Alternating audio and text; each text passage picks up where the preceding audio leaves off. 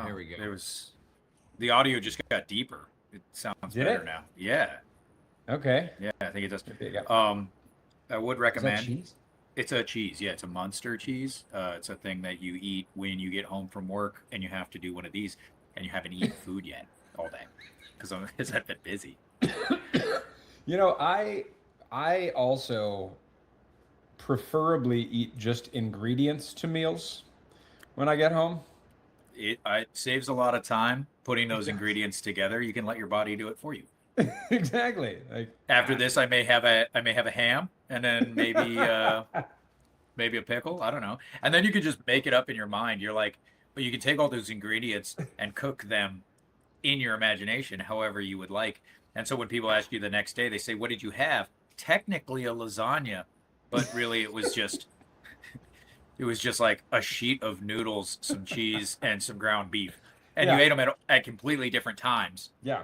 And the Well, I noodles mean, are hard. It's crunchy noodles. Yeah. It's like, yeah. Yeah, like college ramen where you just take it out of the package. Yeah, crunch right into it. I like to eat it like just uncooked. You know how like there was this trend for a while where people were using ramen noodles to fix things out of wood? Oh yeah. Did you see that? Yeah. I don't even know what that is about. Why was that a thing? They would use because super glue and ramen noodles and like so fix holes. and the funny thing is that like that kind of glue and any powder-based loose material, well, that's the point. Why was it always ramen? I don't know. They would just turn it into cement and I'd they would tell like you, Bondo cars with it. there was a depressing time in my life where I survived off of ramen. Could be why I'm gluten-free now because I like OD'd on it a little bit. But I realized most of the nutrients and taste were in the packets, and you could just eat those and leave the ramen out altogether. Oh, You haven't lived until you've dumped pure chicken flavor in your gullet with nothing but MSG and salt behind it. it was probably delicious though. It'll wake you up. It's like taking a Bulleit and then doing a shot of tequila and swallowing both at the same time. Like deer hunter style. Oh, speaking of Bulleit, I gotta show you these pictures of this really cool truck we're building for Bulleit Bourbon, but I'll go into those details later. I can't. Awesome. I guess it's really. It's a. We took Defender 90s, two Defender 90s, like 95, but they're British, so they have the steering on the other side. We took two of those for Bulleit Bourbon, and then took the back of it. Actually, so they're Defender 110, so it's the longer, like closed-in back. Yeah. And the back of it, we raised 6 inches, and then put these like gull wing doors on it, so it opens up. And there's like these gorgeous wooden cabinets that all light up on the inside and have Bulleit Bourbon bottles all over them. And then we can take these like other like wooden racks and hang them on the side. So there's an event in New Orleans called Tales of the Cocktail that's coming up. It's actually next weekend. Yeah. Next weekend. Or this weekend. Holy shit. Yeah. Corey does photographs for that. Corey used to be the photographer for it. He's not anymore. I think he's still photographing for brands. But he's not like the photographer for the whole thing. But anyway, so there's going to be this badass vintage Defender 90 that's going to like pop out into a whiskey bar. Dude, that's sick. I know, right? We have 2 of them. We have another one that's getting delivered to Minneapolis. I don't know. We're building really cool vehicles. Bro, do you remember that? Dude, the Defender 110, though, that's fucking sick. Dude, the Defender 110 was... I mean, there's 2 of them. It's so cool. God, I'm really trying to get us into more mobile activations. Is that like a thing you can talk about? That's cool. Like that's out there. Yeah, I can talk about that build. I can't say what the company is. Yeah, fair. All right, because just I don't know where we were headed except for bullets. We were talking about deer hunter. I got you. We're full. You said Bulleit and not Bulleit Bourbon, and then I thought, shit, I've been building this really cool thing. And I say I like wired up the lights for a roof rack. I didn't do anything. No, but that's we got 100 fabricators that are building the coolest stuff I could ever imagine right now. Dude, it's so cool. It's so cool. Oh my God. Anyway, so it does mean that we get to like build some really cool, interesting stuff. Yeah. And I sent it to you that article that I wrote for Powersports Business that's coming out. Yeah. And I feel like it was a little sassy. No. Maybe a little, but not unwarranted. Not at Yeah, all. I mean, look, okay, so for any listener who doesn't read, which would also be me, yeah, I don't read the things. I just write them and then I No, send them. listen. I do read. I read things that make me depressed, though. I don't read things that don't make me depressed. So yeah, I mean, the most recent article was just like having now like stepped into another industry completely separate from what we're doing. All of the same problems that we have in our industry rhyme. They all are they're the same thing. We just have different words. And it's like Yeah. we have like different structures of what's happening. And so as soon as you recognize that, like, oh, our problems, our power sports problems that everybody complains about are like not unique in the least bit at all. Hmm. But what's really interesting is stepping outside of this industry, everybody else is coming up with creative solutions and different ways of doing it. And they're like changing, like dramatically changing how things operate to fix those problems, Yeah. or at least are willing to. And so it's been this like refreshing, like, wow, like people are not just yelling into an echo chamber about how everything's broken and it all sucks. And if I just keep telling my staff to do the same, just answer the damn phones. Like, Yeah. it's not going to change anything. Well, yeah. So there is a. I do. So I have a. I pose a question. Is that Huey? Is he Yeah, doing his? sorry, that's my dog dying. Is he doing his best, or what is? Is he barking, or is he choking? It's a dry cough heave, Oh my lord! and Listen, nothing comes out. It happens a lot. gonna He's let me just 16. explain this to the listeners. He's not 16. He's He is. 67. Oh, He's I mean, he's the oldest dog. That dog was old when I met that dog 20 years ago. Like, it's then an he old doesn't look dog. old. No, not at all. It looks the And he exact doesn't same. act old. Yeah, and he shakes like crazy, but he's always shaking like crazy. That's just what he. And Mm-hmm. he has a sombrero. He's a very cute dog. He's a I cute love little Huey, dog.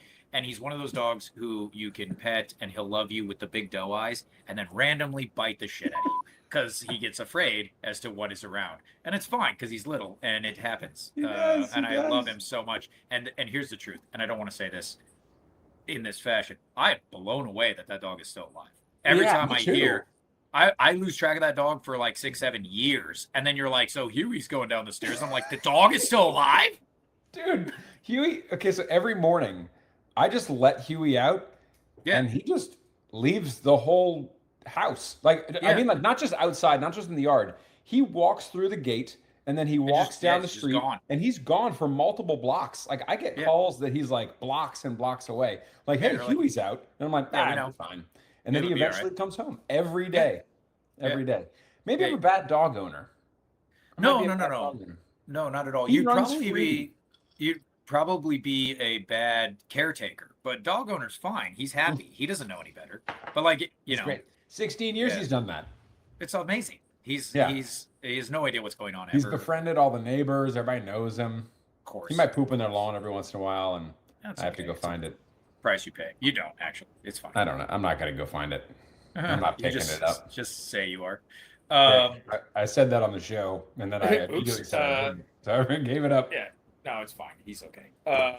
He's a little dog. They're little poops. Mhm. It's fine. Okay, so hold on. Let's get into some real shit.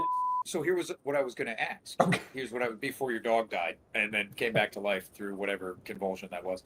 Here's what I was going to ask because you were talking about screaming into an echo chamber. You're talking about a new industry. You're talking about people who are excited to do changes that you have gotten pushback against for years in your own industry and in your home industry. Yeah. Do you think that it feels to me like it is there's a couple of things that could be going on that I have a hard time pinpointing. And is it a lack of creativity from a group that has been in control of this industry for a very long time?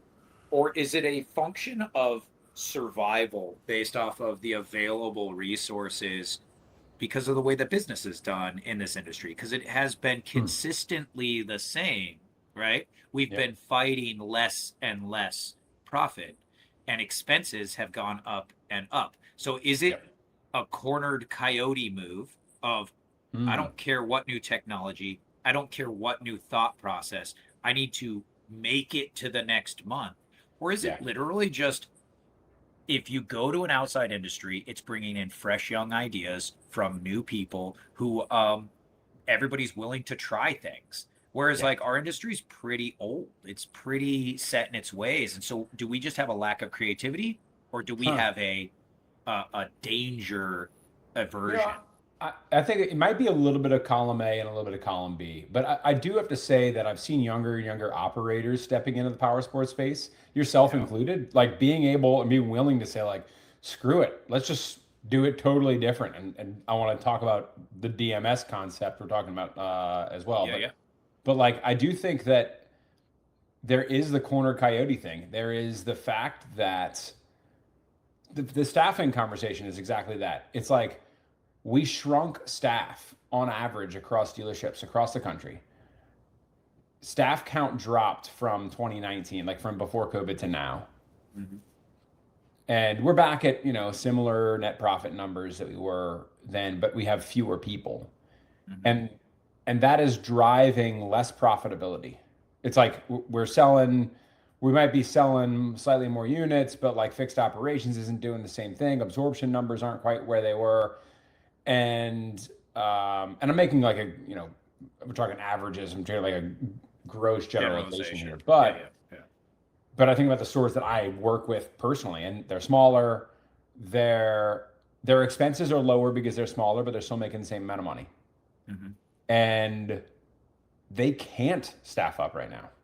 They can't get out of the hole they're in, so they are overworked and like running everybody ragged. And to say, hey, here's a new idea to do alongside your other problem, like your other issues, isn't going to happen.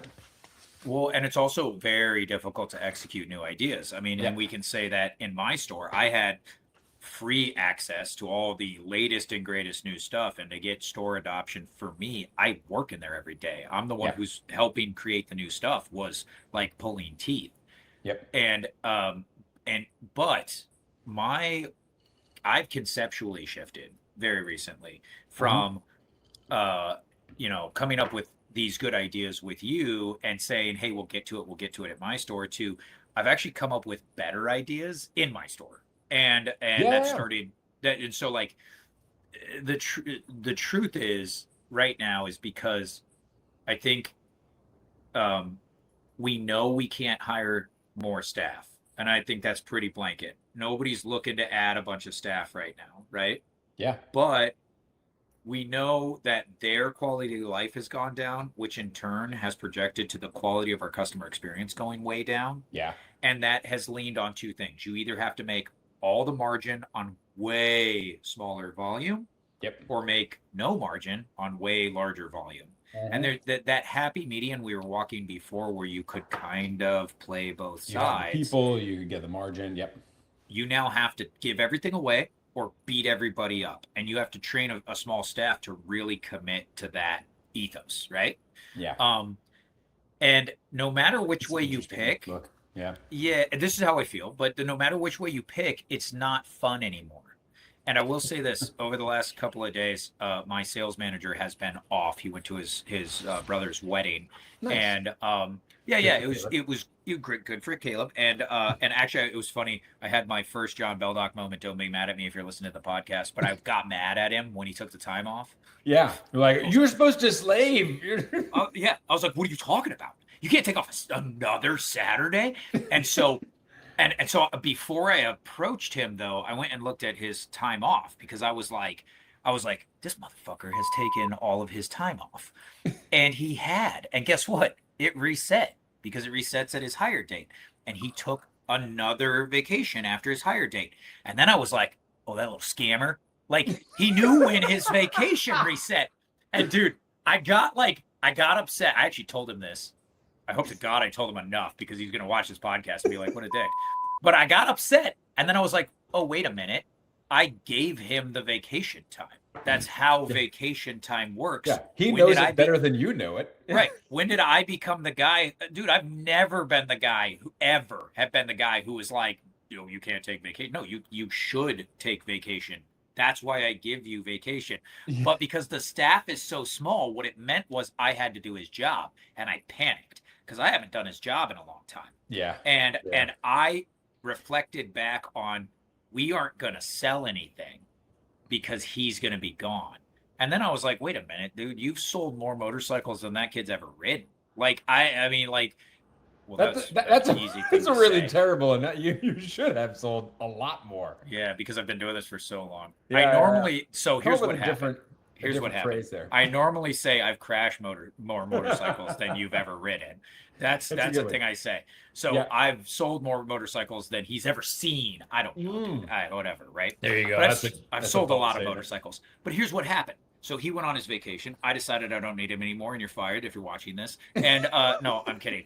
No, but it made me engage back with the sales side of the business, and I enjoyed it. I had a lot of fun. But being on the floor and running from department to department, producing my own process, I got to see a couple of things. Yeah. The parts of the process that weren't being adhered to, which made me upset. But then I realized that some of them are a bit sticky. They don't. Yeah. They're actually a pain in the ass. They're kind of dumb, some of them. They're kind of dumb. And customers, another thing, customers don't like doing business the way that we've been trying to force them to do business for a very long time. Not all of them, that's awesome. but some of them. So I'm throwing out 4 squares, and I'm like, what do you want your down payment to be? Yeah. And I have these kids who are like sitting there with money, and they're like, what are you fucking talking about, man? What do you need me to give you for a down payment? And I'm like, well, that sounds like you're trying to get one over on me. No, dude, they just it's crazy. So full circle back around to what you and I were talking about, this DMS conversation. Yeah. There is a much easier way to do business that eliminates a shit ton of button clicks that makes the staff experience terrible, which translates to customer experience being terrible. The button clicks are what makes the staff experience terrible, because you require so much screen time to do the thing that you're not making FaceTime with the customer.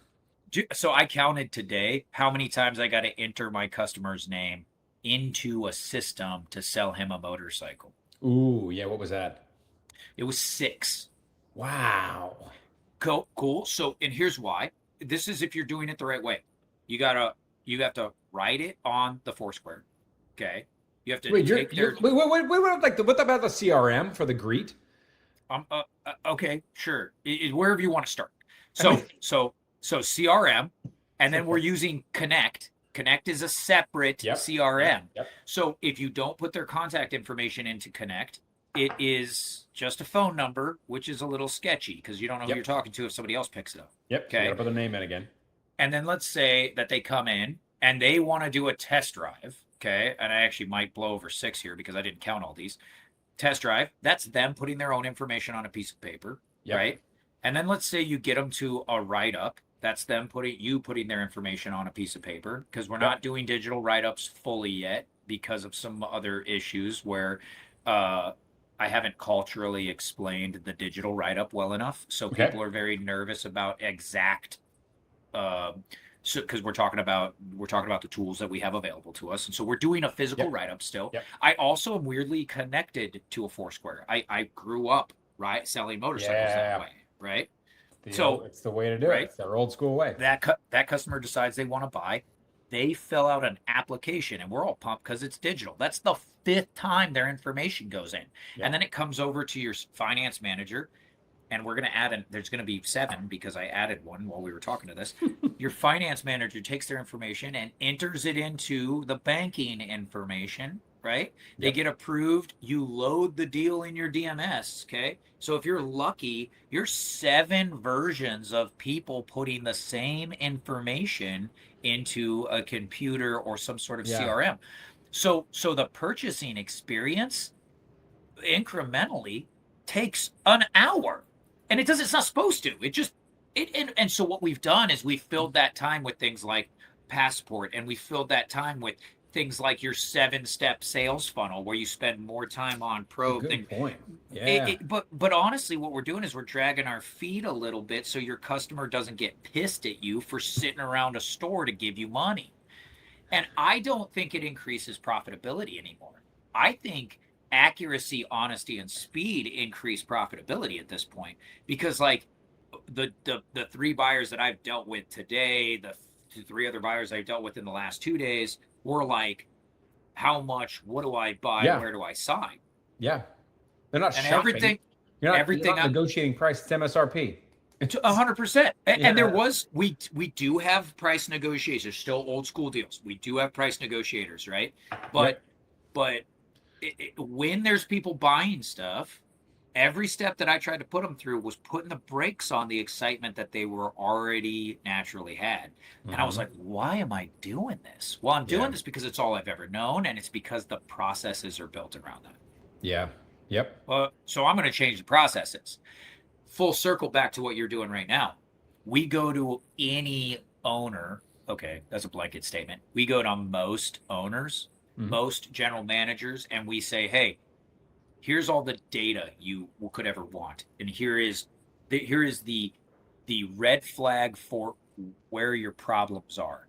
And first problem for them, nobody wants to see the guy they've been working with for 20 years is the guy who's putting them out of business. Nobody wants to see the real hard math of what's happening in their store, because it really is a hard thing to hide from, because a lot of times you're the problem. I'm the problem a lot of times, and it's hard to see. It's hard to pay to see Yeah. And then the second part of that is, hey, pay some money to totally reinvent the wheel. And anybody who's in coyote mode is going to say, absolutely not. Yep. You go to tech, you go to manufacturing, you go to any of the other adventure and or just industries that we've looked at. We've looked at a bunch of adventure industries. We consider food an adventure industry. We consider like hospitality, just experiential purchases. Experiential, yeah. You go to any of those industries and you're like, hey, I can totally reinvent the wheel for you. And they're like, do it. Yeah. Because they understand that the wheel that they have doesn't roll super good. Exactly. The edge that other industries recognize they need to have. Think about food. I think food is a great example. Like, there's a lot of restaurants, right? I come from a town full of restaurants. You're in a town full of restaurants. Yeah. There's so many options. I'm going to go to the one that gives a unique experience, that gives that has some sort of edge. And those guys are figuring out, every restaurant individually is trying to figure out an edge in a different way. And whether that's, managing margin in a different way, engaging with customers in a different way, re-engaging customers to come in a different way, events, all sorts of stuff. And I feel like there's more creativity in that space, which is bringing people back in. And in our space, we don't do that. We keep the same model, and we the most creative that we are is that we listen to people from the same industry tell us their ideas and how it can be better. And to be honest, that's us as well. In fact, we've been talking about what we think is right, and I'm fucking so sick of the echo chamber of this that cool, I'm going to bring my ideas somewhere else. I'm going to come up with new ideas with other industries. It is fascinating to step away for a bit. Oh my God, it's so good. It is funny too, because when you did, right? And we haven't really talked about what you're doing, and I don't think we can because of the Secret Service. But but when you did though, you're not just industry leader, you're a hero. They're like, you can do what? And it's really refreshing. So where you have found a lot of traction with what we've done, what the work that you and Onyx has done is like I've found traction inside the industry because I can control a very small section of it. Yeah. So I think that is a very, very good point. I mean, you have. I complain about people. There's Huey dying again, by the way. It's okay. Yeah. It sounds like he's shaking. You okay? Yeah, he's fine. You good? Listen, if Huey dies during this podcast, the first part of this podcast won't be funny. I think he's okay. He's fine. He made it. He's good. It sounds like he's shaking out a tart. What is happening? He looks concerned. He's staring right into my soul right now. Yeah, you might want to show him to people. No, I think don't winked. do that. I can't. I can't be on here if Huey's gonna die. I can show him to people. Yeah, you guys want to see Huey? Yeah. Are you gonna pick him up? Be careful. Come here, buddy. Come here, buddy. Come here, buddy. He's gonna get. Watch this. He's gonna get bit This is Huey. by him. There He's he gonna is. bite him. Where's your birdie? God, look at how cute he is. He's so Bite cute. him. Bite him. Bite him. He's not gonna bite. He doesn't bite me. Oh, okay. He bites me. buddy. He's a good Good. boy. Good job. He's good. All right. So, yeah, I think this idea of like, hey, we could do things totally differently. We could, have the purchasing experience not this same style of Foursquare and Tor and all this other shit that we do, where like really the customer doesn't really enjoy it, and everybody that talks about it and preaches it and says this is how it's got to be done. None of those people have sat on a showroom floor recently and realized that this actually doesn't feel that good. Like it isn't actually the thing that people are interested in doing. And so I think that like it's so refreshing to hear that not only are you on the showroom floor recognizing actually this isn't right, but you are actually building the thing that's going to make that streamlined experience like perfect. So I want to get into that before I like allude to it anymore without talking about the details. You have built an incredibly badass website and you've launched it. So if anybody wants to go check it out, ScuderiaWest.com, is that right? Yep. Scuderia, Scuderia,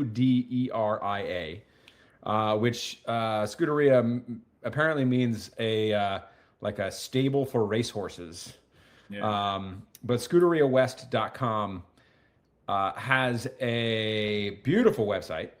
That website is not a dealer spike. It's not Pixel Motion. It's not any of the ones that everybody in our industry uses. And it still pulls all of the units from his website. It has an entire e-commerce side of it. Does it have e-commerce yet? You've built the e-commerce side of it? It does. You can't pay through it yet because I'm holding off on that till the next version. But it has our clothing on it.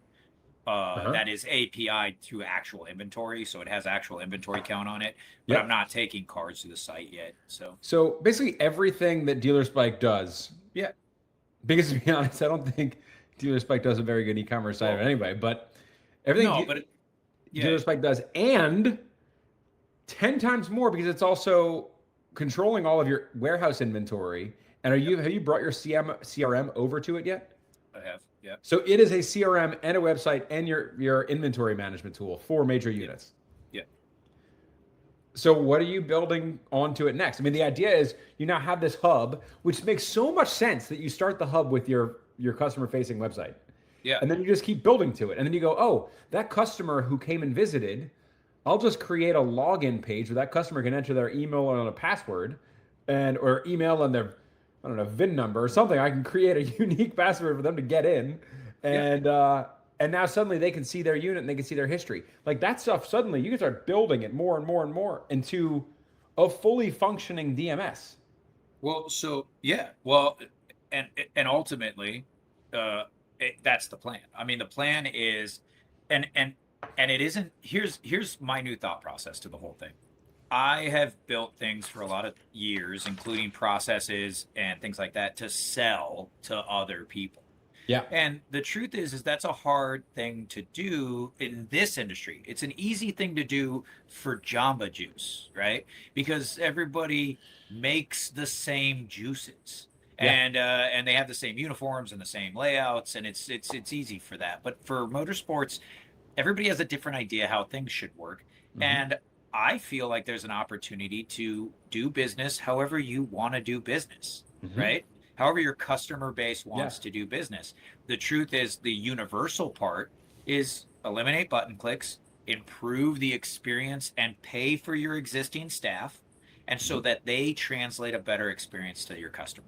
So that's what I'm going to try to do. And incredibly unique. Like this, you're not building a totally thing. Unique. I think the problem that I kept having before was that I was thinking of it as like, if I'm going to build a tool that's going to solve these problems, it has to solve it for every dealership across the entire country. And that's wrong. That is a dumb decision because you're building a SaaS. You're building a software as a service that you have to sell to other people. And that's unnecessary now. You can, as an individual, build your own software that runs however you want your business to run. Like it completely unlocks that tool to everyone. So yeah, 100%. So what I'm doing is building it in a way that it can be replicated and modified for your specific needs, Yep. which I think would be helpful for other stores. But the thing that sucks about Lightspeed is does everything, right? Yep. And Yeah. it can do it for all the stores. Yeah. And the Yeah. It thing has that to. sucks It has to totally. be the answer for everybody. It's the same thing that sucks about Lizzie is that Mhm. like there's 30 ways to do something in Lizzie. None of them are wrong. It's really hard to tell somebody how to do it because you can go all these different ways because everybody does it different. Why does your store need all that stuff? Your store just does it your way. Also, there's some pretty cool tools out there that aren't difficult to build that are now like sort of make data seen a little bit more obsolete as far as button clicks go. So like you get an invoice from the OEM and you have a person at your store that stocks that unit in that is allowed to make human error. Yep. And then that takes time. It's a 17-digit VIN. They've got to type it in or copy and paste it from the OEM's website. There's a lot of things. I mean, you just take a picture of it with mine. Yeah. Literally. You take a picture of the sheet, it finds the VIN because it knows what they're formatted like, and it puts it in the system for you. Yep. Yeah. Right? And it can fills decode in it all the over places what it you're needs to. exactly. And so like, yeah, that's really exciting. It's really cool. But for me, what's exciting is my finance manager, who receives all of my units now, that job is going to be cut in half. Yeah. Now, so if I cut all of his jobs in half, what does that leave? Well, it leaves a lot of time for him to worry about selling finance. Yeah.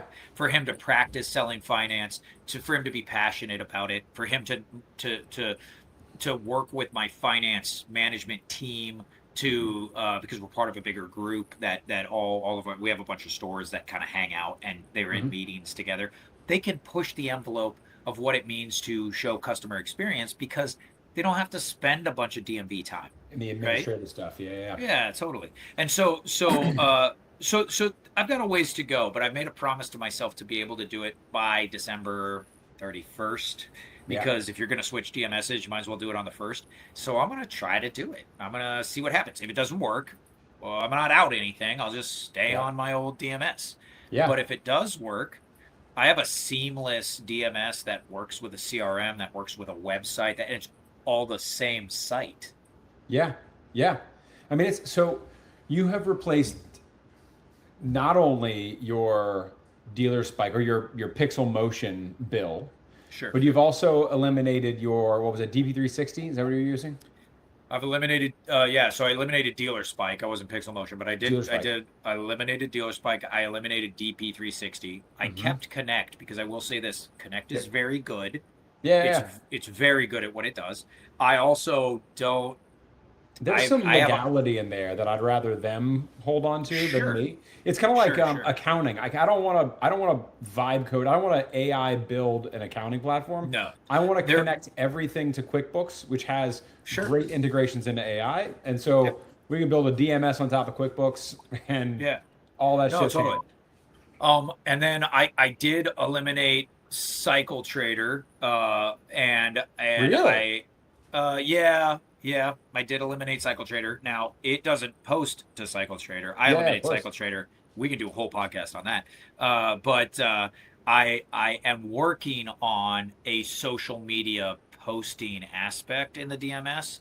That's a hard one, too, because it changes so frequently. But I do think that there is a way to work around that. But even without CycleTrader, it's very expensive. Even without CycleTrader, right now, I've eliminated about $1,500 worth of real money. Yeah. Hell yes, dude. If I eliminated the DMS, that could move to $2,500. And if I could eliminate everything, you're looking at $3,500 worth of subscriptions that I just don't have to pay. Now, the cost that I incur for what I'm doing currently is $60 for my website a month. And then if you need the AI is that tools, a Vercel, like a Supabase? It's a Vercel and Airtable. And then I have a couple others. There's a couple other little weird ones that I use that help bridge some gaps, but nothing major. But yeah, $60 a month. And then if I really if you look at what I pay for the max code right now, which is $100 a month. Yeah, you're doing the $200 or the $100 a month? $100 a month, and it makes me sick because I don't know if you guys know this. We don't have a planet to live on in like 5 years, but it's okay. So I have some AI news I have to share with you that just came out that I don't know if you know yet, but I think I do know about it with the face hugger one. Yes, Hugging Face. Yeah. Okay, now that we said it, I have to, because I don't know if people who follow our we probably have just turned our entire audience just into AI nerds and not actually. God, I hope not, dude. People. I hope not. Okay, so yesterday, obviously, if you know this news, you are now an AI nerd. It's insane that you would know this already. It's your fault. My Instagram is changed. Okay, so OpenAI owns ChatGPT. OpenAI has a new model called GPT 5.6 Soul, and that's like its best model. And then there's another model they're testing, which I am only guessing this would be GPT 6, but that's a guess. So it's not a heard it here first thing. It's just I have no idea. But they basically said an unnamed model that they're currently testing. They were running it through, they call it like, what do they call it? The exploit gym. So it is an internal testing model that OpenAI uses to test the capabilities of its own model to hack other systems. Right? So it's like a hacking test for them. So what they do is they put it in a sandbox. And a sandbox is a completely separate, not just like digital infrastructure, a physical different machine that is not connected to the internet. Now, granted, it's connected into another series of machines, but it is its own machine, not connected to the internet. It has basically removed the capabilities of that AI being able to access anything else. And then they basically instructed it to try to hack this particular test. And the test was, I don't know, some crazy, you can't possibly ever break it kind of hack. So they released these two models, ChatGPT 5.6 Soul and this unnamed one. And that was like literally over a few weeks. I think it started on July 16th. And the news of it, not July 6th. And the news came out on July 20th. So 2 days ago as of this recording. Apparently, the AI models had recognized that they were in a sandbox environment and they couldn't reach anything else. So it spent a tremendous amount of time trying to exploit like its own container, found a way out of its own container, so that it basically like found this loophole in a third-party software called 0 Day or something like that, where it was able to then essentially escape its container, which just sounds so crazy to think of it this way. Like this is just a bunch of code that figured out how to escape its code cage. But it escaped that, basically then used a separate machine that had internet access to access a program called Hugging Face. Hugging Face is where AI platforms are hosted, where you can like basically download different AI platforms. A lot of open source stuff is all on there. And so it went on there because it figured the answer has to be saved somewhere on Hugging Face. So it hacked Hugging Face's entire site, how to solve the riddle that it was trying to solve in its own sandbox. Like, to the point where, listen, okay, this is it was 17,000 attempts, and they thought they were under attack through a foreign entity, and Hugging Face called the police. They, like, as a company, this is something where terrible's happening. Here's where it gets crazier, and I'm going to talk about this, and I'm sick to my stomach that I know this.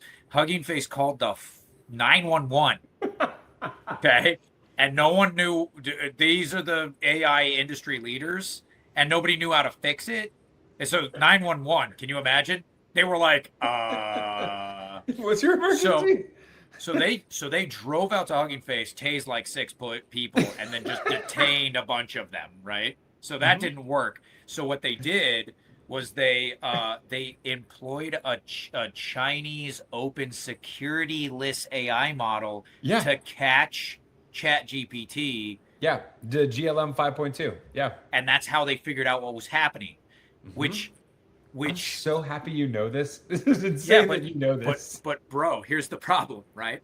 So we're legislating against Chinese AI as this weird arms race that we're in right now with building all these data centers and everything to bolster up. Yet the Chinese software is the one that caught our own American company hacking into another American company. Listen, but it's not, what's funny is it's not even our American company hacking it. Yes, an American company built the model. The model on its own, the AI on its own, I get it. Broke into another AI company. That's insane. But it's because and here's a couple of caveats for people who are still listening, if you are, okay? AI isn't AI. It's a stupid term for it. It's machine learning. It's not sentient. It's not looking to escape. It's mathematically trying to figure out the right answer to the problem. And if you don't put up safeguards, it'll do crazy stuff to figure out the answer. Yeah. That's what it did, okay? But there is I know it's stupid, and I know a lot of people hate it, but the truth is at this point, like the moon race, it isn't going away.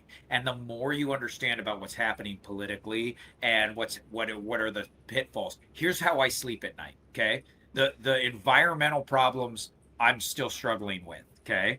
And the truth is, I'm doing very little computing. Building a website is nothing. It's so small on the computing level that I'm not whatever. I still feel bad about it. It is what it is. But I will not eliminate jobs that I would have paid for. I won't eliminate my staff's jobs. I won't eliminate jobs that I would have paid for. I also am building a system that lives on my computer. This is not something that needs consistent AI supervision. That's not what this is. I'm building a website. I'm building a very smart and detailed website. And the truth is, I don't have enough money to pay somebody, a developer, which I would love to. I would just not build it. It's not that I would build it and I'm using AI instead. So for anybody who's listening who is having moral quandary, it's how I sleep at night. And the truth is that the reason that I know about this story is one, it's because we send each other tech information, and now my algorithm is screwed up because it used to just be freaking hot tattooed girls and fucking motorcycle crashes, and now it's all AI stuff. But I didn't even send you that one yet. No, I didn't send it at all. It's because the algorithm knows me better than I know myself, which is why I'm struggling, because I'm not a good person, and it knows that.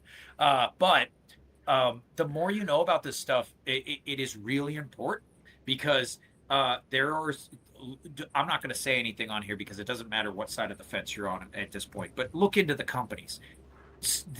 There are some companies that their stance on what they are allowed and will use AI for is evil at best. Yeah, right? And then there are some companies that are like, we're going to try to be less evil.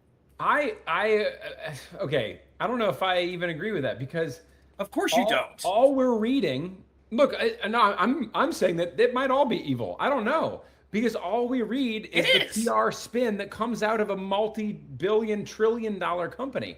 So yes, if I am reading this accurately, it's probably you're saying something along the lines of like ChatGPT's evil because they're more into the idea of killing a bunch of children in a foreign country. Yeah, totally. But then again, that was Anthropic's model that was used for that. But Anthropic said no to the government because they didn't want to actually do that, even though they had already done that. And so, but I mean, I feel like it's all PR spin. It's all PR spin. Here's the deal. You can't be a $1 trillion company and not just have all PR spin. The fact that we're talking about AI being used to survey humans or murder humans means that it's something we should all be paying attention to. Yes. The tool is so incredibly powerful that if you are in the motorsports industry, you can change the way you do business. Or you can get a robot dog to fire shots at certain people. Like, I'm just saying. So it's all the same AI. To get it back on tracks of, if anyone is still listening that doesn't already understand AI, I very often get the question of, but what if they take away, what if like Anthropic is illegal, like they take it away or they can't use it anymore? And I think what's really important is what you're doing in building a new website, building a DMS, building all that stuff, you're not actually using AI to run your program. 100%. You're using AI to build it. So if it goes away tomorrow, you still have the thing. It is usable. It has been developed and it's operating. So weirdly, this is, I guess, full circle with all the weirdness now over. Yes. So I didn't want to rely on something I had to pay for monthly. So the $60 a month is my website host for sale. Host for sale. Okay. You would have to pay for that period. That's how the internet works. No problem. Yeah. The Airtable, little extra, but the truth is, that's I tried just a database. Airtable. Yeah, so Airtable is a very complex spreadsheet. I could have done it through Google Sheets, which is free, but linking that is hard because Google Sheets isn't really powerful. But Google enough. Sheets at that scale isn't really free. You're paying for a workspace account. So yeah, which I already paid for. It's not the right tool. But it's not the right tool. It's not powerful enough. So Airtable, cool. It's cheap, $25. I got it. Yep.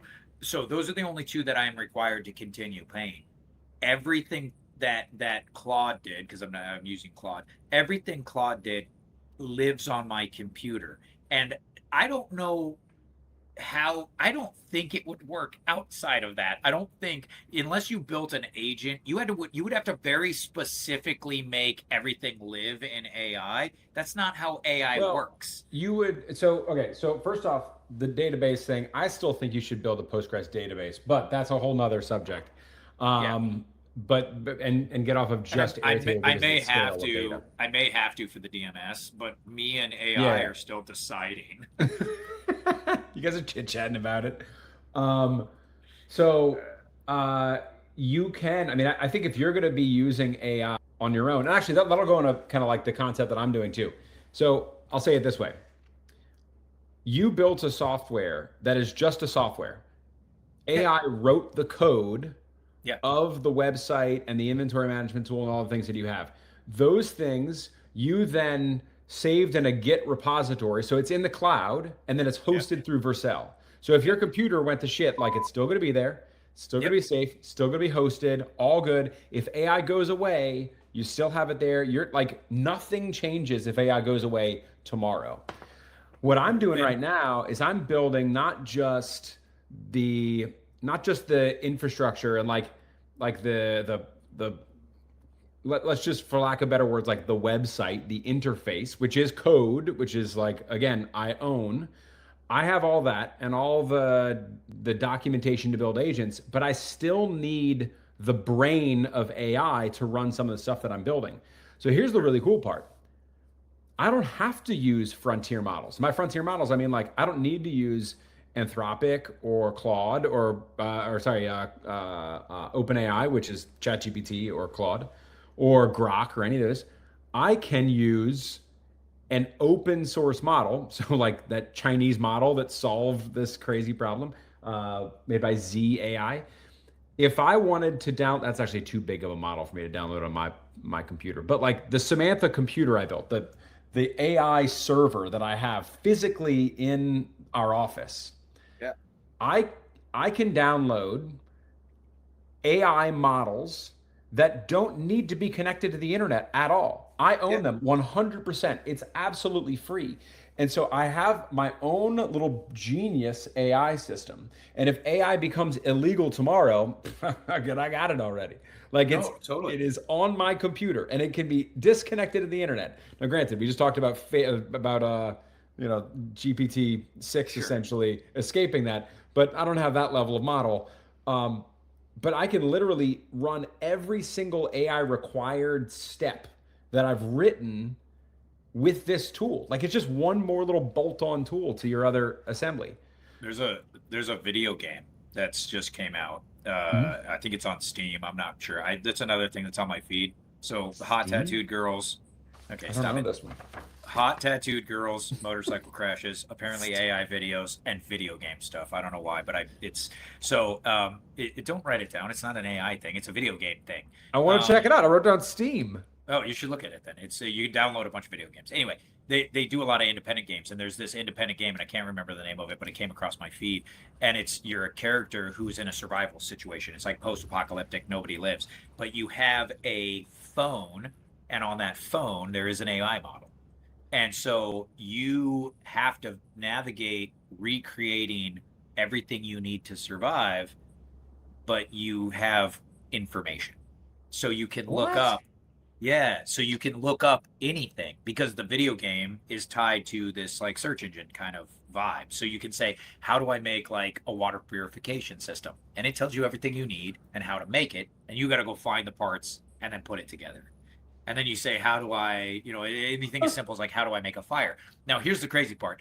It's a video game. It's to gamify AI. I'm not really sure what the point is, but the truth is that if you fast forward to when we do end up killing everybody on the planet and there's nothing left, if you had this model on your phone, you could actually look up how do I make a water for game, because like we don't know anything anymore. We don't have a farm, but it'd tell you, and it might not be right, but it would get you close. There are some small models like Gemma 4 is Google's small LLM that you can fit onto a phone. So that is quite literally like you could do that right now. It's totally possible. Yeah, it's crazy, right? Anyway, it would be interesting. You should look into it. It'd seem like something that you would play at your house covered in Cheeto dust with no pants on, but still weirdly a shirt, because I just feel like you'd be like a depressed Winnie the Pooh. Totally. Yeah, totally. That's have you been watching me? Is there? I mean, not recently. Not recently. I just wiped off my Cheeto dust. That is crazy, man. So here's the deal. For if anybody's even still listening, I don't know. Nobody's here. Nobody can. Yeah, it's fine. For anybody who's in my industry, if we talk about outside industries, these people are aggressively attacking the ideas, which I love.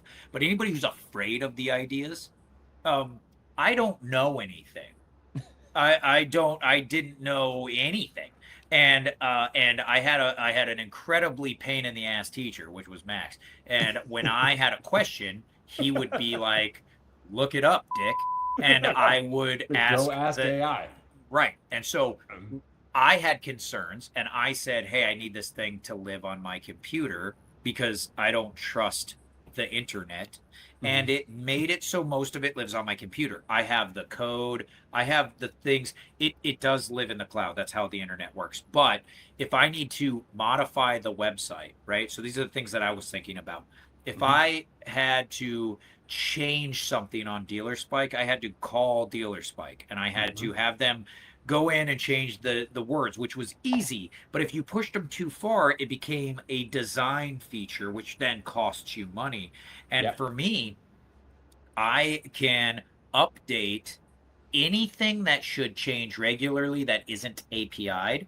I can update it through text files that are saved in specific organized files in my computer that I can just go in and say, okay, this particular, we do some custom bike stuff, and the custom bike package prices, like let's say the price went up. I just go in and change the price of the text file, and it doesn't have to wait till tomorrow. It immediately changes on the website because I wanted all that control. Well, how do you do that? How do you tell a staff member to do that so you can go on vacation? Well, I have a standard operating procedure. It made it for the website that I can hand to anybody and show them also how to change the files because they're network saved. So that's pretty cool. My admin side has blown up into a crazy thing where I can actually live edit my front side of my website through my admin side. So if I need to add events, I do it through the admin interface. I upload photos, I add events for dates and where they're at and the times and the descriptions. It's all through the admin side. So I just log into the admin side, add events, and then I send it, and it saves it to the Airtable through the cloud and immediately posts. Today, so this happened. I had a guy call about a bike that I have he was a hilarious conversation where he tried to explain to me how market value works, which didn't work for him because there's no other one of these bikes available. But this particular bike had $2,500 worth of accessories on it. And he brought up the fact that he didn't know that. And I was like, yeah, no, I understand. It doesn't make it not have them on it. They're in the photo. You can see the accessories. But it didn't say it on the website. So I was like, okay, that's a fair point. And what I did is I went to my website chat subject and I was like, hey, I need to get the accessory amount to post on the website for any bikes that we have built. And we have 4 in stock right now.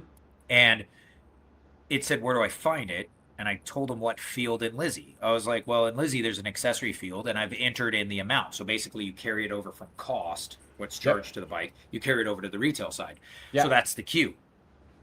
Brother, it went through its stupid little AI thing, and in 5 minutes had updated the front side of my website where it now APIs accessory costs for any bike that I have put accessory costs in.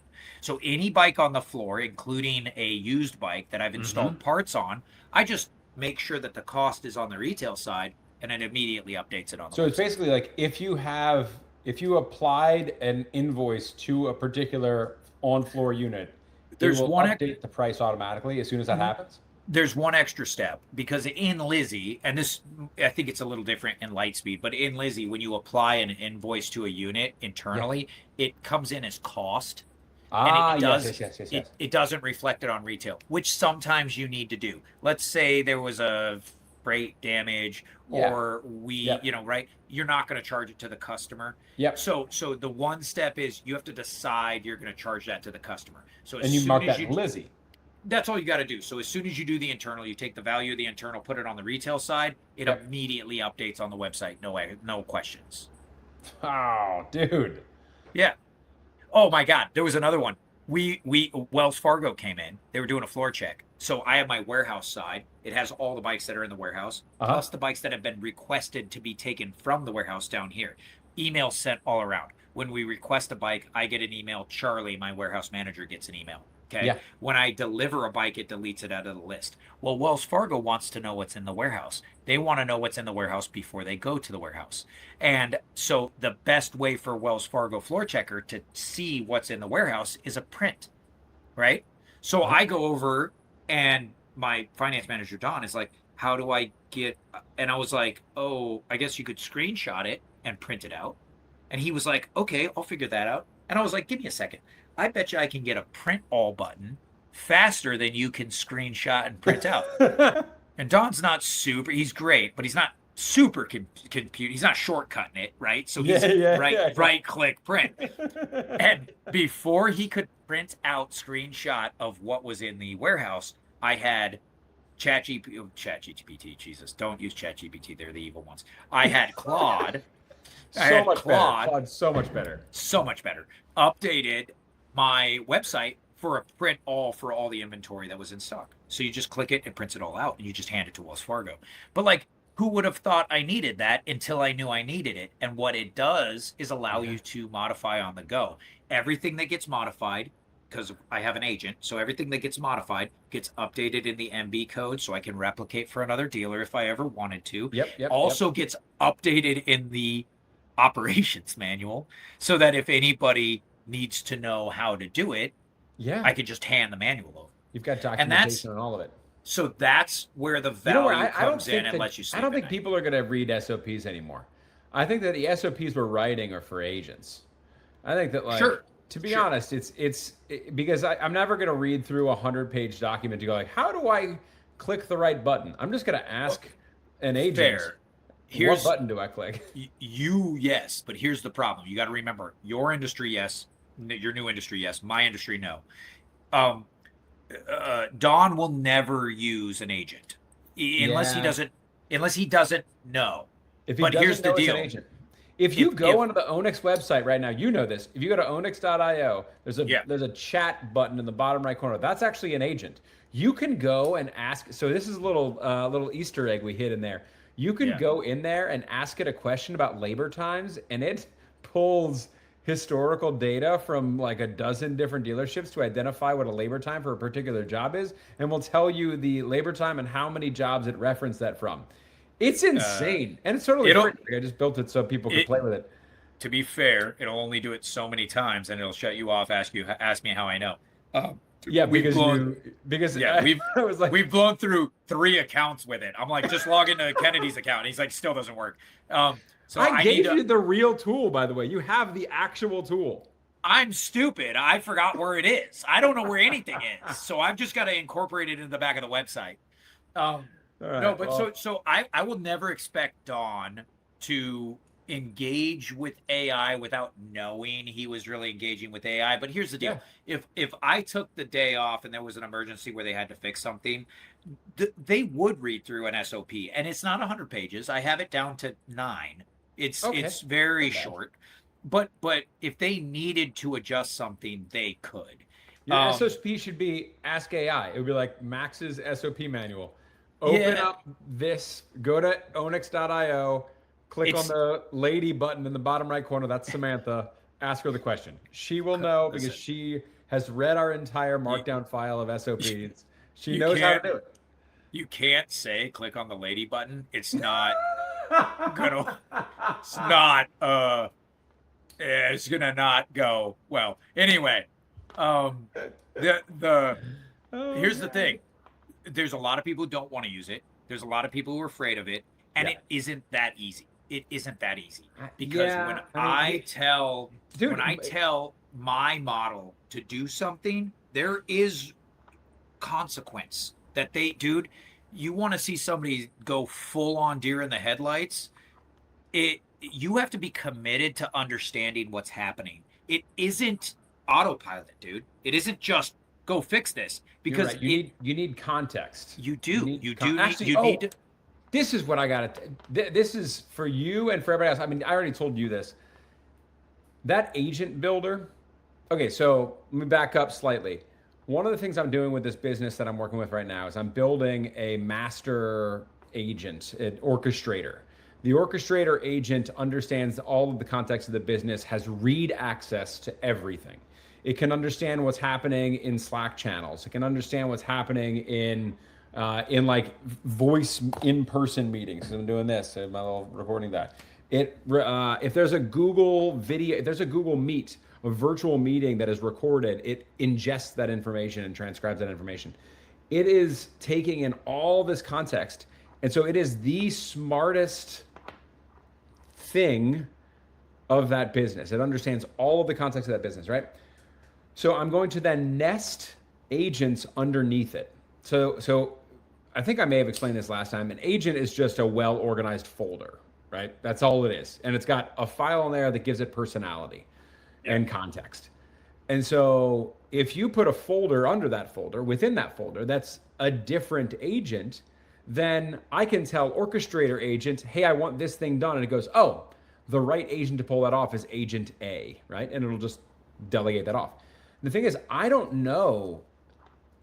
There's 100 people that work at this business. I don't understand every single person's job, like task, every single step. Been there for a month. Like I don't understand all those pieces. So what I did was I needed to create a way for them to build their own agents, but I wanted to have good governance. I wanted to have good memory. So it's like it's being filed and logged all locally on their computer. So like I need them to be able to interact with AI, but I need that information to be logged. So as they do a task, I can save that information or as they go through it. So I wanted to create essentially an AI agent that will build their AI agent for them. And so the way that I did that was that if you go to our website, and I'm probably not going to leave it up forever because it's really valuable, but just I'm building it for this company and it'll probably change. Here's the deal. This is for motorsports people, and they're all going to be like, and then not go to the website. Exactly. To be honest, we tried for so many years to try and get people to change anything. They're not going to go to the website and build an agent. But you know what? If you're still listening, go to onyx.io. There's a button at the top in our menu. There you go. I'm out over here. This seems like not enough to leave in the bottle. It is not. There's a menu option for agent builder. And if you click on that, it tells you, it is step by step, like very basic. Okay, step 1, pick out which AI system you want to use. I'd suggest Claude. That's what I use. It's like, download this. And then you download it. And then it says, make a folder on your computer. Like it talks about like, just as simple as right click, new folder. Like you're gonna do that step. And then you're going to copy the text that I have underneath it. So there's just a copy button. You hit copy and this giant document gets copied onto your clipboard on your computer, and then you go paste it into the AI system. and then it will then interview you to build the agent. And it'll ask, hey, I'm an agent building an agent. And this is what I need to know from you. What's your name? What do you do? What's your day look like? What takes the most amount of time that you don't think builds a lot of value? And it will then identify things it should build for you. It will build out all of its governance, all of its memory, all those things based on that information. And then once you have that, you can use it to run whatever you want individually. But then for in the company that I'm working with, I'm going to take those because it's just on their local, on their own personal computers, well, company computers, but on their local computer. I'm going to take that file, move it under my agent, and then suddenly that group of files is going to live at a cloud server. And now everyone will have access to everyone else's agents. I'm not going to call individual agents. I'm going to go, their master agent, their orchestrator named Athena is going to be the chatbot that exists on their company website. So when that little chatbot, just like on onyx.io, you've got Samantha in the bottom right corner, when they decide they want to talk to AI, they open that thing up and they just have a conversation. And that agent knows exactly what agents to call, what skills to call, all that stuff, because it understands the context of all those moving pieces. Yeah. I'd say of what people are building right now, because I've already deployed it with some people, I'd say 90% of it doesn't actually use AI at all. Right. Like AI is building the tool. It's building the things that they need, but they're building software. They're building code that is written, that is done, that is simply moved over, and suddenly is a workflow that just cut hours out of every single employee's day. It's 100%. Wild. So I use the tool, and I built my own agent with your tool. How is it? It was more in depth than I thought it was going to be, and it took me all day. But it didn't. I thought it would take 45 to 90 minutes. Jesus. Yeah, it probably did take 45 to 90 minutes of actually work, but I decided to start it at 10 a.m. right after we had pushed bikes. Not a good idea. I had to reconcile. I had customers coming in. It wasn't difficult. Here's the beauty of the system. It's not impatient. It's a fucking machine. It doesn't matter. So it doesn't matter. But it did take me all day. It was much more in depth than I thought it was gonna be, and I didn't know the answer to some of the things. The good news is it's still part of the program. So I asked it what I should do, and it gave me its opinion. That feedback. I told it this at the end. It was because it asks what it can do to be better, but it does. I didn't even tell it to do that. Oh yeah, at the end it said like what did you like, what didn't you like, and what do you think I could do to be more streamlined and so I told it that it was just like it was a little bit more, but here's the deal. You can build the agent to talk to you however your brain works, and a lot of AI gives you a lot of fluff. One, that consumes a shit ton of water. Okay, it really does. Any word that it gives you don't need is more computing power that you don't need it to use. So unless you're a weird person who wants to build a relationship with their computer model, which I don't think is very healthy, and maybe we should talk about that. But you're calling me weird? Is that what's happening? A little bit, bro. I mean, it's got a face, man. You guys should go to the thing. It's got a face and it talks to you. It's like it's Samantha. I've designed her personality. Yeah, her voice sounds like Scarlett Johansson. Whatever. I've made some banger jokes to a group of people who are not very funny about Samantha and Max. And anyway, I learned a lot about corporate tech side of the United States. And here's what I know: not the right guy to be selling that to anybody. Okay, so. Because they all have AI girlfriends. Yeah, and they're all very upset about my honesty. So but it was very in depth. There's a lot of information, but it will break it down for you. Here's the thing, though. I'm actually nervous about using it because I told it the truth, and so it doesn't sugarcoat anything. It doesn't fill in any fluff of language. it's pretty straightforward. I told it that it did need to understand sarcasm because I don't know how to communicate other than that, because my therapist tells me that there's a soft spot in my brain, like if you drop an apple on its end. And so, but it seems to have figured that out. But the biggest thing for it is it holds me accountable to a schedule I set. And I'll tell you what, that's terrible. But there's this thing. So it like daily, I'll say, hey, let's work on this for the DMS, because its whole purpose is to build my DMS. And it'll be like, great, you're way behind.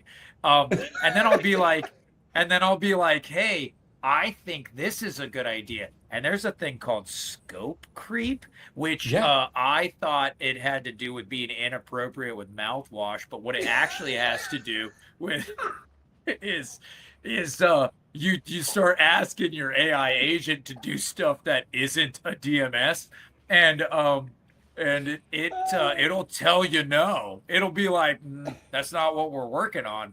That's scope creep. And then I'm like, but I really want it. And it's like, pick a different folder, dude. And so that's happened to me twice now. So I may have made it a little bit. I may have made it a little bit too stringent. But I tell you, we've made progress. So I'm a little afraid of it because it's exactly what I asked for. But you basically set up guardrails as to what it's able to do and what you and I don't know, for the way my brain works, it's actually kind of good. I don't have a lot of people that hold me accountable anymore, you know? Yeah. I do. That's exactly how I feel as well. I mean, with Athena, there's so much, you know, when I'm stepping into an industry that I don't necessarily know and I have to learn everything, it's easy to go down wormholes. Yeah. And so to have something that understands what the goal is, and to be like, oh 100%. No, the goal is this. You don't have to 100%. Do that. Because if I use one of the non-agent folders, I will be like, hey, what if we could do this, this, and this? And that thing's just like, sure. It'll say, great job. Great job. Yeah, great idea. Let's rebuild the website so it doesn't work anymore. And exactly. And the DMS one is very organized, which I need. And it has been helpful. It is pretty advanced. I think if you're listening to this still, one, there might be something wrong with you, but two, you should look into. I know you should look into something simple that would make your life easier, that would save you time, and have AI do that for you. And then look into something more complex where you can utilize an agent to help you with that. And it doesn't have to be a SaaS cloud thing. It'll manage color coding your emails so you know what a lead and what is a OEM communication. And like, that shit is super powerful if you've never done it. Yeah. I was able to run a lot of dealerships based off of something as simple as color coding. Yeah. All of my stores had different colors. And when an email would come in blue, I knew it was for Triumph of Brooklyn. I knew that. Yeah. And so I knew that what folder system it went in, and if I needed to pay attention to it on East Coast time. Yeah. It was that wasn't AI. That was me spending a lot of time with Gmail. And getting it to do the things I needed it to do, I had 7 email addresses feeding to one central email address. Yeah. And it crippled me until I figured out how to organize it. You could just tell AI to do that in 2 sentences. It would do it for you. It took me a year to get that set up. Yeah. I think that the value I feel of having agents. I mean, granted, like I said, agents are just folders. So if you pointed it at a folder you already had been working in, there's a claude.md folder or file on there. It is an agent. It's technically still an agent. But what you've built now with this agent builder from the onyx.io site is it interviewed you first with all the knowledge and context that it needs to, so that it's not just it's actually, I think we talked about this the other day. It's like hiring an employee. The difference is hiring an employee and not telling them shit about their job. And instead just saying, just go do that. Go fix the service department. Yeah. Like, that's good. You're never going to get what you need out of it. What the Onyx.io agent builder tool does is to say, all right, let's start by writing your SOP and your expectations and what tools you need to build. And then I'm going to hold you accountable to that thing happening in this particular folder structure. And so I think like that has been, once you recognize that that's all that agents are, and that's really all that agents are, is like this, how do you properly harness the AI? And that's, dude, like once you start doing that and start like letting it hold you accountable, dude, it gets pretty wild very quickly. But I'm going to, before this podcast even comes out, I'm going to fix that problem that you mentioned, the like it being too skilled. Because how did I run this? I ran this in another system. I wanted to test the system without my Claude harness or without any of the folders that I use already. So I downloaded Codex. What's that? I'll tell you this to anybody who's a Claude harness is similar to scope creep. It's a lot of leather. It's a lot of leather. Yeah. It shuts off blood flow to your brain, so you talk a little slower. It's fine. The old Claude harness. My mama done told me. Okay, sorry. I mean, at this point, it doesn't matter anyway. Nobody's listening to this. If you're listening to this podcast still, you're the best. Put a potato emoji in the comment. Yeah, smash that like button. All right, anyway, so what the hell was I talking about? Okay, I'm sorry, Claude harness. You were talking about dumbing down the agent request. Yeah, so the reason why I went to Codex. So Codex is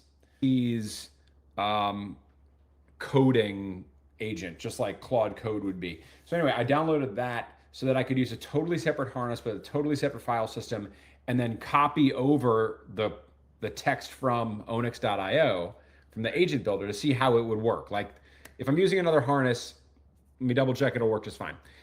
And it was great. I named my agent Lou Bega, and I had it only communicate in Lou Bega style rhyme couplets. Of course. We could write a book about that and why that keeps becoming a theme.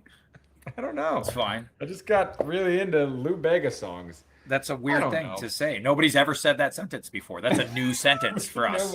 Nobody's ever heard that said. Yeah. So anyway, so I built that, but you're right. It was pretty complex, and I used another agent somewhere where it started off by asking, how comfortable are you with AI? And then basically gave a couple examples, like I've used a chatbot, I've written code with AI, I've done this. And so what I'm going to do is I'm going to start off this agent with that context. So that way, as it communicates, it will use more context of like, okay, you don't actually know. If I tell you to like build a Git repo, like you don't know what that means. So I'm going to walk you through it. Like there were things that, and it wasn't super complex, but there were things in there that I thought, hey man, I'm glad I built this website first, because I'd have no idea what you were talking about. Yeah. You've already had the experience now, so you get it. I do want to share. Can I share my admin side with you really fast? Sure. Yeah. I don't know. So remember, I have an agent who's doing this editing, and I don't know if they're gonna actually edit a split screen, but whatever, we'll see. Because I'm not going to review this at all. I'm just going to post this. Oh, God. Okay. So can you see this? Can you see my screen? At some point, we're not going to have to ask AI if you can see my screen. Can you see my screen? Okay. So this is the analytics side. Now, there's a couple of things that I've noticed, but I just want to say this is I didn't want to lose the analytics. I think that chart sucks. It just says 1 for everything. Because there's only been it's only been live for like a week, bro, or 2 weeks maybe. So I know that this chart most requested models. Oh, that's they're cool. most requested models, but I've only gotten 1 for each model. I haven't gotten a duplicate model yet. You don't have enough data yet. Okay. I don't have enough data yet. Look but at eventually this will be dude, your analytics are incredible. Yeah. So this is visitors to the site since I've launched. This is all just since I've launched. right? This is total leads that we've gotten from the site since I've close to the launched. screen. Sorry about that. Oh, I can't even see it because I'm looking at the thing. Okay. Unit requested. Okay, so these are just unit inquiries, and these are finance apps that I've got. Over Okay. here, this is just the dashboard is just like a smattering of everything you need to know. This is how many new units are posted and how many pre-owned units are posted. Here Nice. is a lead trend over the last 30 days, so we can see. So you must have launched it. You launched it like. I launched it right here. Yeah. Cool. It's well. And then this was the weekend. Wow. Right? Nothing So, like, on the weekend. That's Yeah. crazy. Well, okay, let me hang on a sec. You might need to edit that. What is that? 6, 7, 18th, 6, 7. and then 18th and 19th. So when was the 18th and 19th? 17th, 18th, 19th. Let's look it up. I'm looking it up right now. I'm looking it up. 18th, 19th. Your slowest time is Saturday, Sunday. Saturday, Sunday, bro. Right? Why is that? And That's then- crazy. I don't know. You think people would be shopping then. But then look at today. 5 leads. Right? Yeah. Right? 21, 22. It's like way back up. So, and then down here, this is historic data. Okay. Now, this historic data, and if you look, see visitors, and this goes way back, as far back as I could bring data over from Dealer Spike, and it's going to continue this. You just arc. scraped this right out of Dealer Spike? Yeah, I did. I pulled a bunch of reports and I uploaded it. And then down here, this is our top 10 new leads. So we know who we're looking at, right? And it brings us to our CRM, which is where we obviously we haven't started using it, but we can book appointments for dude. For our CRM I for love it. incoming It's leads. such a nice, simple CRM. It's a calendar. Totally. Know who's coming in today, what's getting worked on. Yeah. I'll stop sharing now, but like anybody, here's the deal. I don't know how analytics work. I don't know where to find the information. Mm-hmm. I knew I didn't want to lose access to it. Guess what? I haven't looked at in Dealer Spike ever? The analytics of the website. I knew I needed it because it's there. Yeah. I don't really know what to do with it, but I knew I didn't want to lose it. So I printed all the reports out. I gave it to the agent and I said, make sure I don't lose any of this information. And it was like, no problem. Right? So personal DMS is what we're going to track with this show going forward. Yeah, I agree. Your adventures in outside industry, and my adventures in making this industry run the way I need it to run, so I can do other things. No, screw it. Making your dealership run the way your dealership needs to run. And you know what? If other dealerships want to do that, then great, awesome, follow along. Yeah. If not, then just keep doing what you're doing, because maybe it'll work if you keep doing the same thing harder. Does that doesn't even make sense? The hard thing, same. There's a lot of dealers that have been in business for a very long time through the ethos of beating their head against the wall. And if that's what you want to do, awesome. But guess what? Keep doing it. It'll probably work soon. No. Well, it did not work. They've been in business a long time. It's just not super fun. It does work. It's just not super fun. And here's the truth. I beat my head against the wall for 20 years doing this. And I've been through all different variations of it. And my future does not include me beating my head against the wall. It doesn't include me doing the same thing over and over again. If I can't extract enough money from Scuderia to have a meaningful paycheck for myself, that's okay. As long as Scuderia survives and my staff is happy and healthy and they can buy houses, maybe not in San Francisco, but they can at least live where you are. At least I can pay them a respectable. What they do is hard. They deserve it. They can get paid all the money. I just need to have enough free time to go do something else. That'd be great. The only way I'm going to get there is through technology. It's the only way I'm going to get there. It's either through staffing up and selling a copious amount of units, or technologically myself to technological. You should probably stop watching now, but technologically myself to a point where the staff that I have, that's a word. Yeah, the staff that I have can do quality work, maintain a quality customer experience, and pay for all the stuff while I go I don't know, get a job at Jamba Juice, which we talked about earlier, because it always works the same. That's what I want. I want to get into an I love industry. how the solution of like, okay, I am a dealership owner, and the only way for this to work is for me to replace myself with technology and work at Jamba Juice. Doesn't that sound great though, dude? You wear the It hat. does. Oh Yeah. man, you know how many times I've just dreamed about being an employee? Oh God, it sounds so cool. I haven't been an employee for very long. I Oh, it sounds have good. because I've had bosses up until recently, but they weren't I want to bosses be in the told what to sense. do.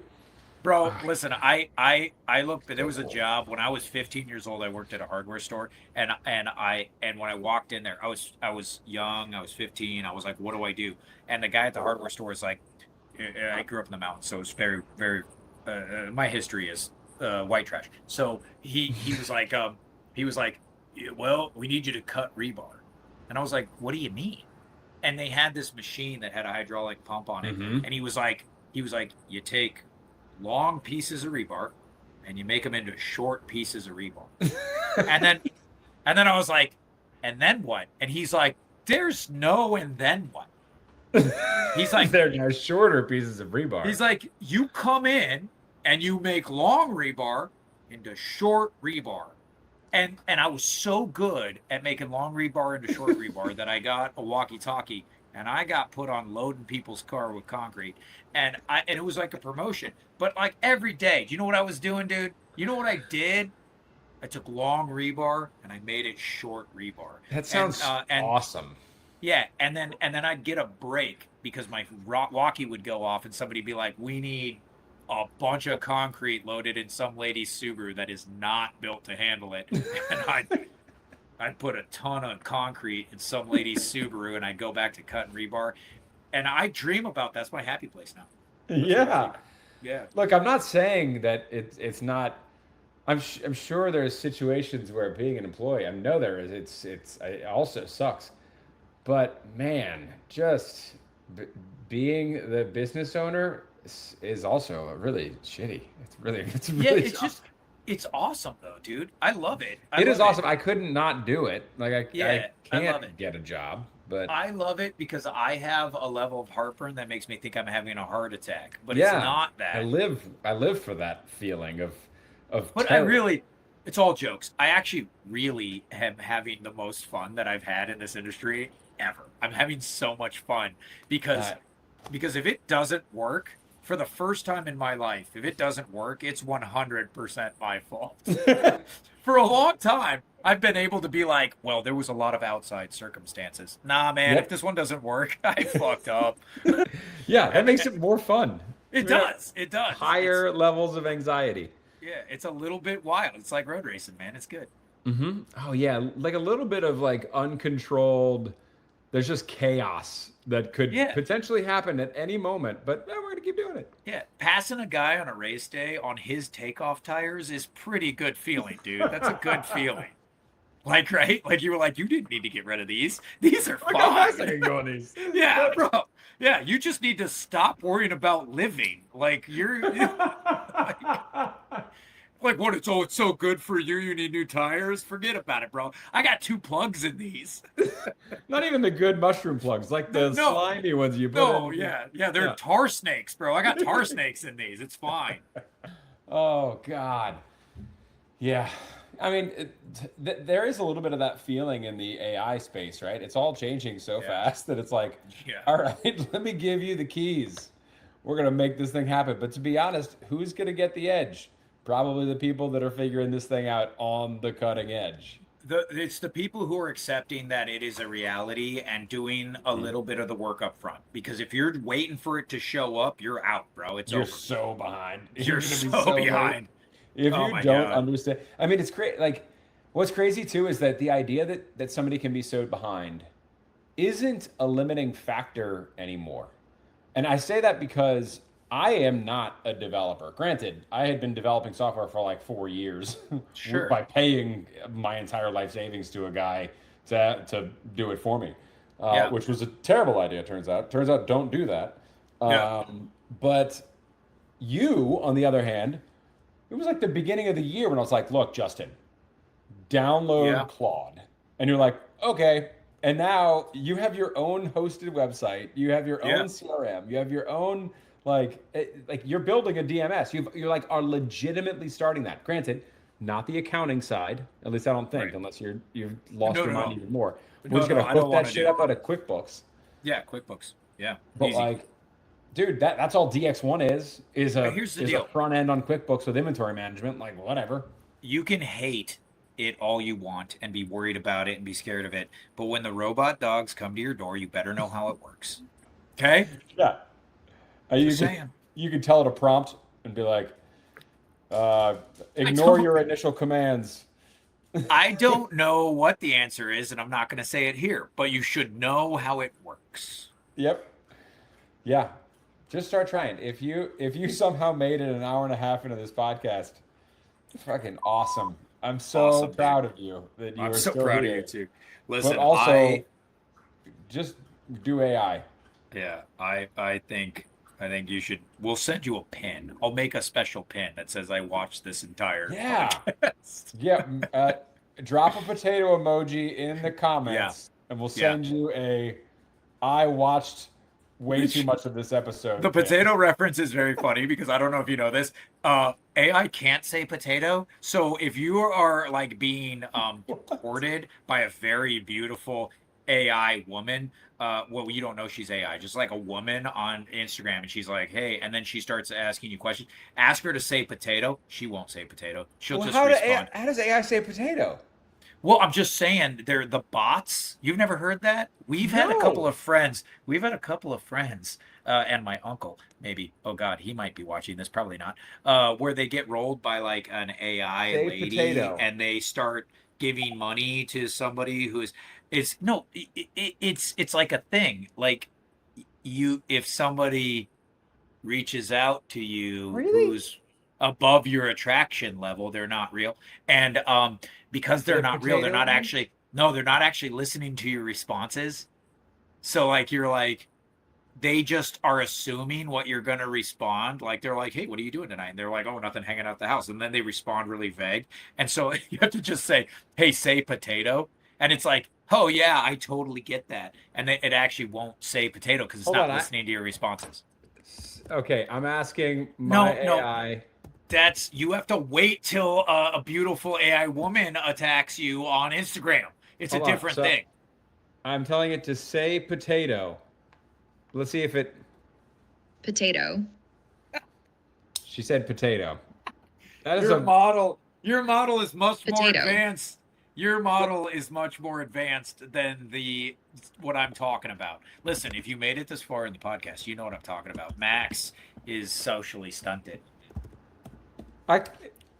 She's very good at saying potato. Potato. Okay, stop. It's starting to get weird. I'll send you the Instagram reels where scammers are making the AI say potato. Speaking of Instagram reels, this is just divulging. We're falling apart. Have you started following Emily Matheson? I think is her. Hold on. Bro, I follow a couple of Emilys and none of them are Here we go. know about. This one right here. The future of work is human. But what happens when the future of human is no longer work? That's why we built Human Being for Business, a human-centered approach to human business. I have seen this. Human Business leverages the power of humanity to meet the evolving needs of doing human work. Imagine your human work being done in the time it takes for a human to do work in real time. No more streamlined systems, no more agentic solutions, just being human, doing work. I want everybody to know that I don't support any of this. We're totally fucked. But at this point, you're raging against color television. It's happening. It's happening. What does it matter? Max loves it. I hate it, but I'm using it, so it is what it is. Oh God, I hate it. The potato is a starchy tuber that grows underground. Okay, listen. At this point, I'm taking my starchy tuber off of this thing, so we've got to go. Okay, all right. Yeah, it's spiraled. We're done. We're done. We're gonna great call this time. episode "Starchy Tubers" and see if anybody ever figures it out. Okay. Nobody's gonna get this No, far. oh God, it's been an hour and 40 minutes, bro. Yep. Yeah. You're gonna have to put one of the hook is gonna have to be the scope creep comment, bro. Nobody will make it. Nobody's gonna make it. All right, we love you. That far. All right. Yeah, we'll talk to you later. Oh God, I'm back to. Okay, leave it. Okay. Leave it. You gotta close it up. Close it. Bye, everybody. See you next time.